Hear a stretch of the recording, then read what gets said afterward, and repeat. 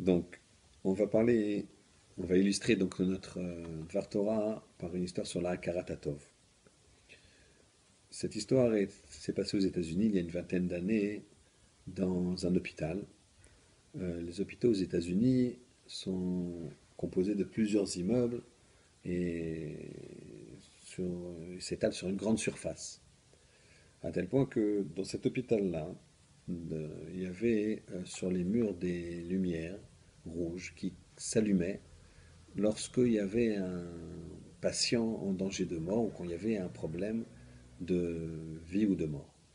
À ce moment-là, les médecins capables de réanimer, les infirmières, qui disposaient tous d'un bip, d'un petit beeper, sur lequel s'affichait l'endroit précis où il fallait intervenir d'urgence. Ce jour-là, un médecin orthodoxe juif, le docteur Goldman, euh, qui a son cabinet dans cet hôpital, voit sur le mur la lumière rouge s'afficher. Il regarde son beeper et constate que la personne à sauver est à l'autre bout de l'hôpital. Il se dit peut-être qu'il n'y a pas de médecin plus proche et il se met à courir.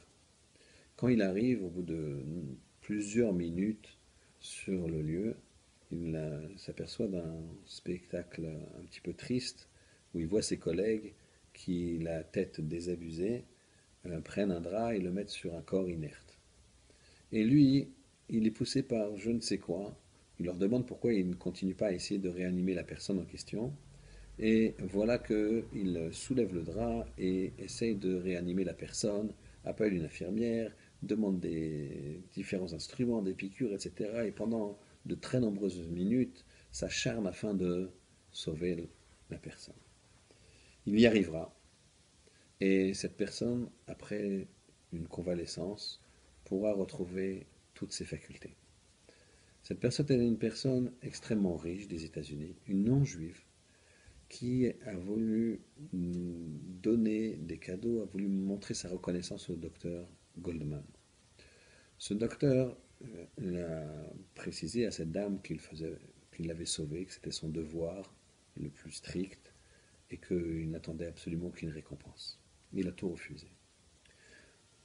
Voilà que l'histoire aurait pu s'arrêter là. Sauf que quelques temps plus tard, cette dame est revenue voir le docteur et lui a dit la chose suivante.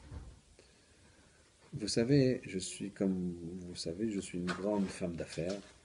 euh, et quand j'ai commencé ma vie dans les affaires, j'ai négligé ma famille.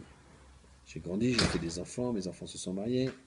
Et j'ai décidé il y a quelques années de restructurer toute ma famille, de les réunir autour d'un repas euh, mensuel, le premier mercredi de chaque mois, toute la famille sans exception, afin que on tisse une union familiale. Et ces derniers mois, j'ai mis une, euh, une nouvelle, un nouveau principe en place. C'est qu'à chaque fois qu'on lève un verre, ou on mange un mets, on s'arrête et on dit merci, docteur Goldman. Chacun doit dire ça. Merci, docteur Goldman, d'avoir sauvé ma vie, d'avoir sauvé ma grand-mère, d'avoir sauvé ma tante, parce qu'on a une énorme reconnaissance vis-à-vis de vous. Et là, l'histoire raconte que le docteur Goldman a éclaté en sanglots, parce qu'il s'est dit, regardez comment moi, qui ai juste fait revivre cette personne-là pendant quelques minutes, je me suis acharné à la faire revivre. Elle a une telle reconnaissance vis-à-vis de moi. Alors combien on doit avoir de reconnaissance vis-à-vis d'Akadosh Baruch Hu qui nous fait revivre toutes les minutes et toutes les minutes, qui garde l'ordre des atomes, des molécules, des globules et du sang et des yeux qui s'ouvrent, etc. à chaque instant et chaque instant.